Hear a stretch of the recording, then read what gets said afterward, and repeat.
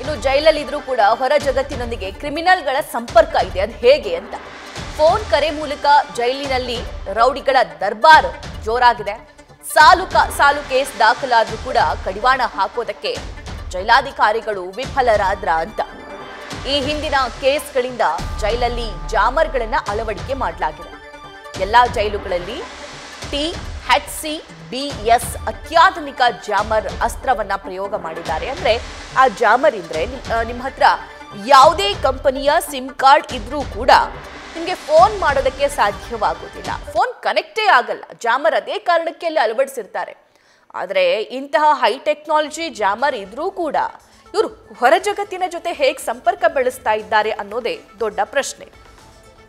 ಮತ್ತಷ್ಟು ಅಪ್ಡೇಟ್ಸ್ ಅಂಕಿತಾ ನೀಡ್ತಾರೆ. ಅಂಕಿತಾ, ಎಲ್ಲಿಂದ ಯಾರಿಗೂ ಕೂಡ ಕರೆ ಹೋಗಬಾರ್ದು ಅನ್ನುವಂಥ ನಿಟ್ಟಿನಲ್ಲಿ ಜಾಮರ್ಗಳ ಅಳವಡಿಕೆ ಮಾಡಲಾಗುತ್ತೆ.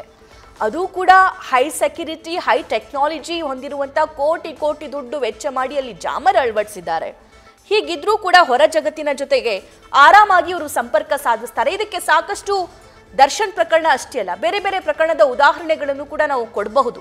ಈ ಬಗ್ಗೆ ಮಾಹಿತಿ ನೀಡ್ತಾ ಹೋಗೋದಾದ್ರೆ ಸಭಾ, ಖಂಡಿತವಾಗ್ಲು ಪರಪ್ಪನ ಅಗ್ರಹಾರ ಜೈಲಿನಲ್ಲಿ ಜಾಮ್ ಅಳವಡಿಸಿ ಕೂಡ ಕೈದಿಗಳು ಕರೆಯನ್ನ ಮಾಡೋದನ್ನ ಸ್ಟಾಪ್ ಮಾಡ್ತಾ ಇಲ್ಲ. ಅಂದ್ರೆ ಜಾಮರ್ ಹಾಕಿದ್ರು ಕೂಡ ಅವರು ಬೇಕಾದವರನ್ನ ಕಾಂಟ್ಯಾಕ್ಟ್ ಮಾಡುವಂತಹ ಕೆಲಸವನ್ನ ಕೂಡ ಮಾಡಿದ್ದಾರೆ. 7 ಜೈಲಿನ ಜಾಮರ್ ನಿರ್ವಹಣೆಗೆ ಎಂದು ಬರೋಬ್ಬರಿ 11 ಕೋಟಿಗೂ ಅಧಿಕ ಹಣವನ್ನ ಇಲಾಖೆ ಖರ್ಚು ಮಾಡಿದೆ. ಜೊತೆಗೆ ಈ ಒಂದು ಜೈಲುಗಳ ನಿರ್ವಹಣೆಗೆ ಅಂತ ಹೇಳಿ 11.32 ಕೋಟಿ ಹಣ ಕೂಡ ಬಿಡುಗಡೆ ಆಯಿತು. ಹಾಗಾಗಿ 5 ವರ್ಷಗಳ towers of harmonious cell blocking system ಏನಿದೆ ಆ ನಿರ್ವಹಣೆಗೆ ವೆಚ್ಚವನ್ನ ಸರ್ಕಾರ ರಿಲೀಸ್ ಮಾಡಿದ್ದಾರೆ.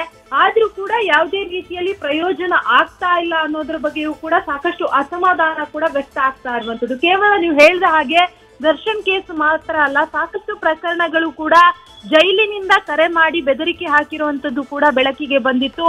ಈ ಹಿಂದೆ ನಾವು ಹಿಂದಿನ ಕೇಸ್ಗಳನ್ನ ನೋಡೋದಾದ್ರೆ ಪ್ರಮುಖವಾಗಿ ಕೇಂದ್ರ ಸಚಿವರಾಗಿದ್ದಂತಹ ನಿತಿನ್ ಗಡ್ಕರಿ ಅವರ ಕಚೇರಿಯಿಂದ ಕೂಡ ಜೈಲಿನಿಂದ ಕಾಲ್ ಮಾಡಿ ಬ್ಲಾಕ್ ಮೇಲ್ ಮಾಡಿದಂತಹ ಪ್ರಕರಣ ಕೂಡ ಇತ್ತು. ಜೊತೆಗೆ ಪರಪ್ಪನ ಅಗ್ರಹಾರ ಜೈಲಿನಿಂದ ಮನೋಜ್ ಅನ್ನೋ ಒಬ್ಬ ರೌಡಿ ಯುವತಿಗೆ ಕರೆಯನ್ನ ಮಾಡಿ ಬ್ಲಾಕ್ ಮೇಲ್ ಮಾಡಿ ಜೊತೆಗೆ ಜೈಲಿನ ಖರ್ಚಿಗೆ ಅಂತ ಹೇಳಿ 40,000 ರೂಪಾಯಿ ಹಣವನ್ನ ಕೂಡ ವಸೂಲಿ ಮಾಡಿದ್ದ. ಅಷ್ಟೇ ಅಲ್ಲ, ಅಶ್ಲೀಲ ವಿಡಿಯೋವನ್ನ ಸೋಷಿಯಲ್ ಮೀಡಿಯಾದಲ್ಲಿ ಬಿಡೋದಾಗಿ ಹೇಳಿ ಸುಮಾರು 5 ಲಕ್ಷಕ್ಕೆ ಡಿಮ್ಯಾಂಡ್ ಇಟ್ಟಿದ್ದ. ಇವೆಲ್ಲವೂ ಕೂಡ ಆಗಿರುವಂತದ್ದು ಪರಪ್ಪನ ಅಗ್ರಹಾರ ಜೈಲಿನಿಂದಲೇ.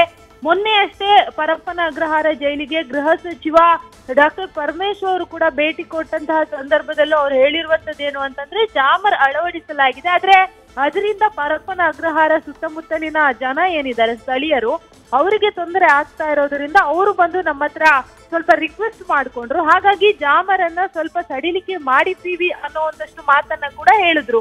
ಅದೇ ಎಲ್ಲೋ ಒಂದು ಕಡೆ ಕೈದಿಗಳಿಗೆ ಪ್ಲಸ್ ಪಾಯಿಂಟ್ ಆಯ್ತಾ ಅನ್ನೋ ಅನುಮಾನ ಕೂಡ ವ್ಯಕ್ತ ಆಗ್ತಾ ಇರುವಂತದ್ದು.